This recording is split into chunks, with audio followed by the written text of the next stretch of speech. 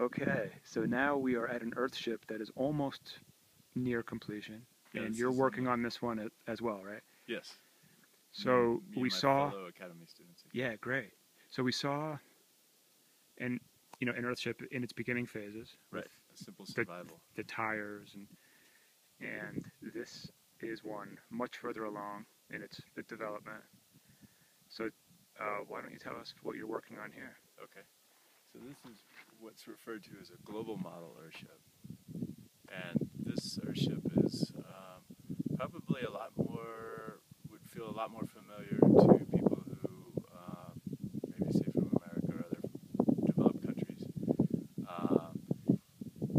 could associate to a conventional home.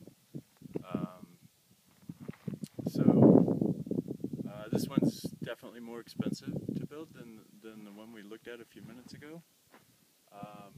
But this is a really a great performing house. Is extremely comfortable to people who are used to that kind of living. It goes beyond meeting, everyday human needs. So, again, we have solar panels in the front of the house that are harvesting electricity from the sun. As you can see, all the windows in the front of the house are facing to the south, which gives you passive solar heating into the home. One important thing to note about the windows is they're on a slight vertical angle, and the reasoning for that is that in the winter, when it's colder outside and the sun is lower on the horizon, you want as much sunlight as possible to penetrate into the home and heat those thermal bricks or rammed earth tires that we were talking about earlier. The other benefit of that is in the summertime when the sun is higher up in the sky, a lot of the sun, or the majority of the sunlight, will reflect off the house as opposed to penetrating into it and heating it up. Other things to note here, there's one large panel in the middle of the house that's used for heating water through solar, and that provides you hot water to your house without having to have a traditional hot water tank that uses a lot of electricity to just hold the hot water there. Would you like to walk inside? I sure would. Cool.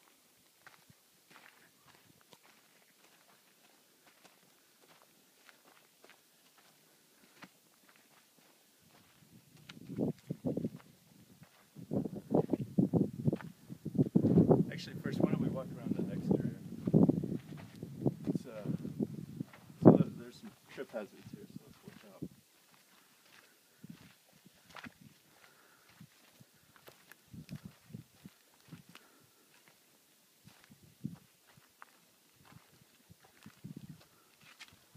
So, since this house is not fully completed yet, you can see the water storage tanks on the back of the cisterns that are still exposed.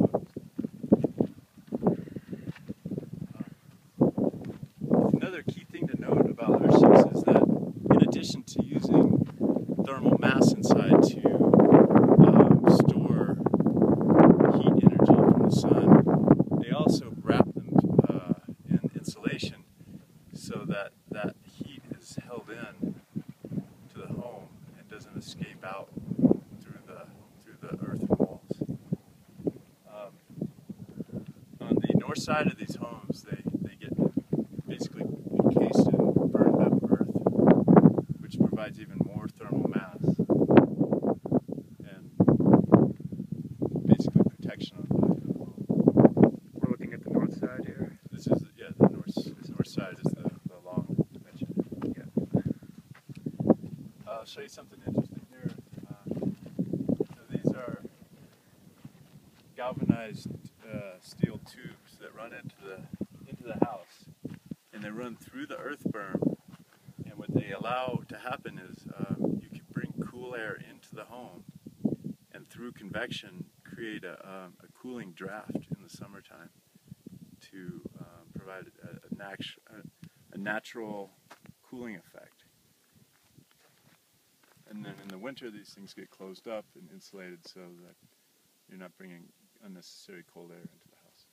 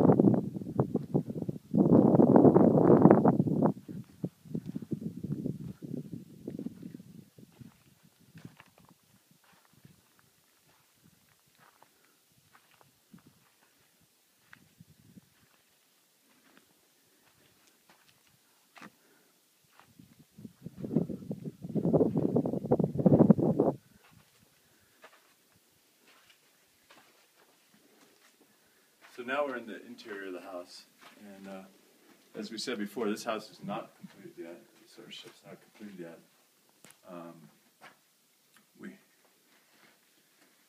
We have this is called the greenhouse area, and this is where you can do the majority of your plant growth.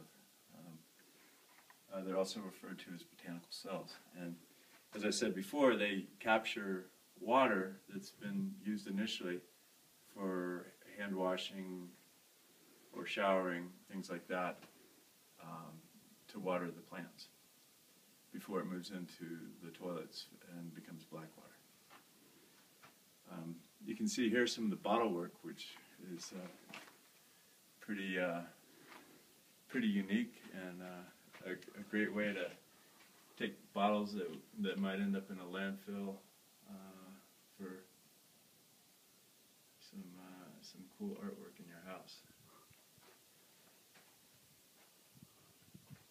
A lot of the walls that are not structural walls in the home also can use aluminum cans to provide a matrix or a lattice, which overall reduces the amount of cement and other building materials that you need in the home.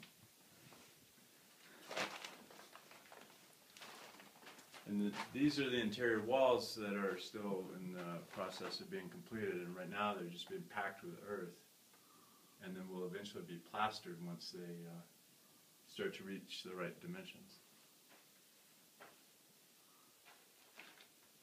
Now this home happens to use large wooden beams called vigas for the ceiling, and that's, you know, some people don't want to do that. In states like Colorado, where you have a lot of pine beetle devastated trees, you can get this kind of wood without much impact. In fact, it can provide benefit because it clears off wood that might otherwise end up in a forest fire. But also, the Earthship team has been working with vaulted ceilings, which are built from a steel cage and then use thin amounts of cement to create a ceiling, and that can be done pretty inexpensively and also fairly quickly.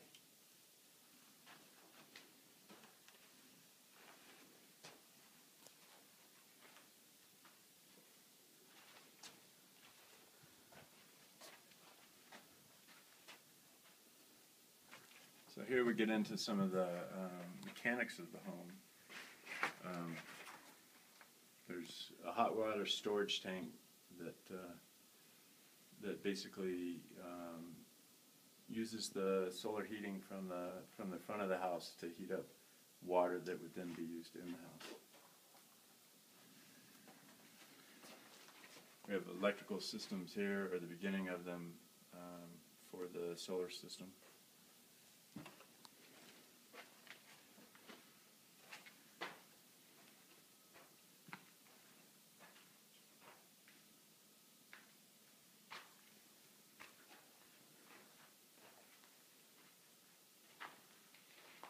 How long does a house this size take to build?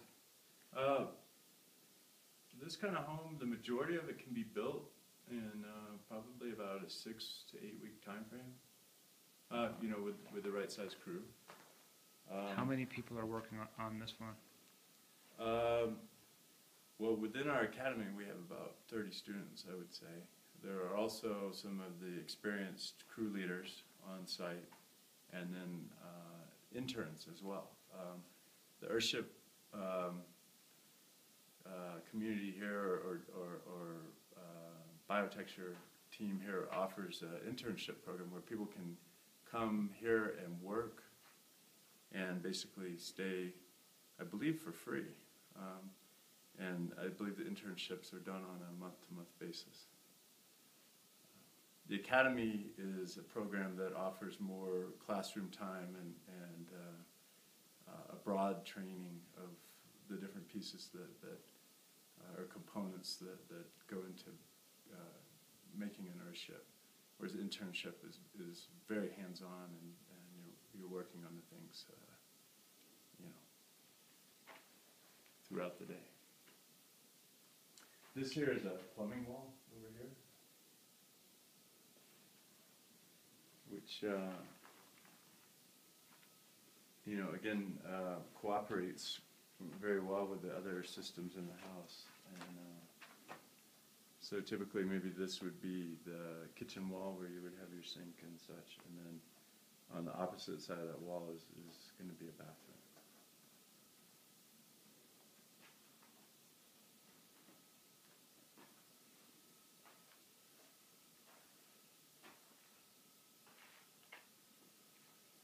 And even though this home isn't complete, I think you and I can both feel that it's a pretty comfortable temperature. It's definitely has a cooler feel than outside, where it's pretty hot right now, or getting hot.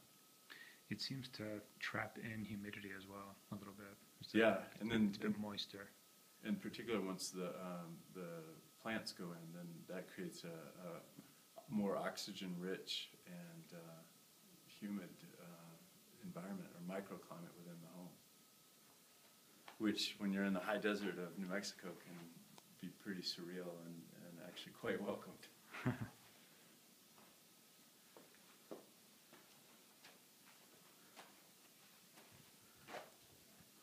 One thing worth noting is in Earthships there are vent skyboxes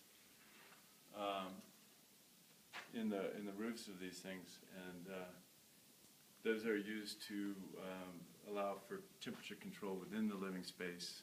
As I was saying before, you can open those up and draw air through the cooling tubes from the back of the home to create a cooling convection within the Earthship.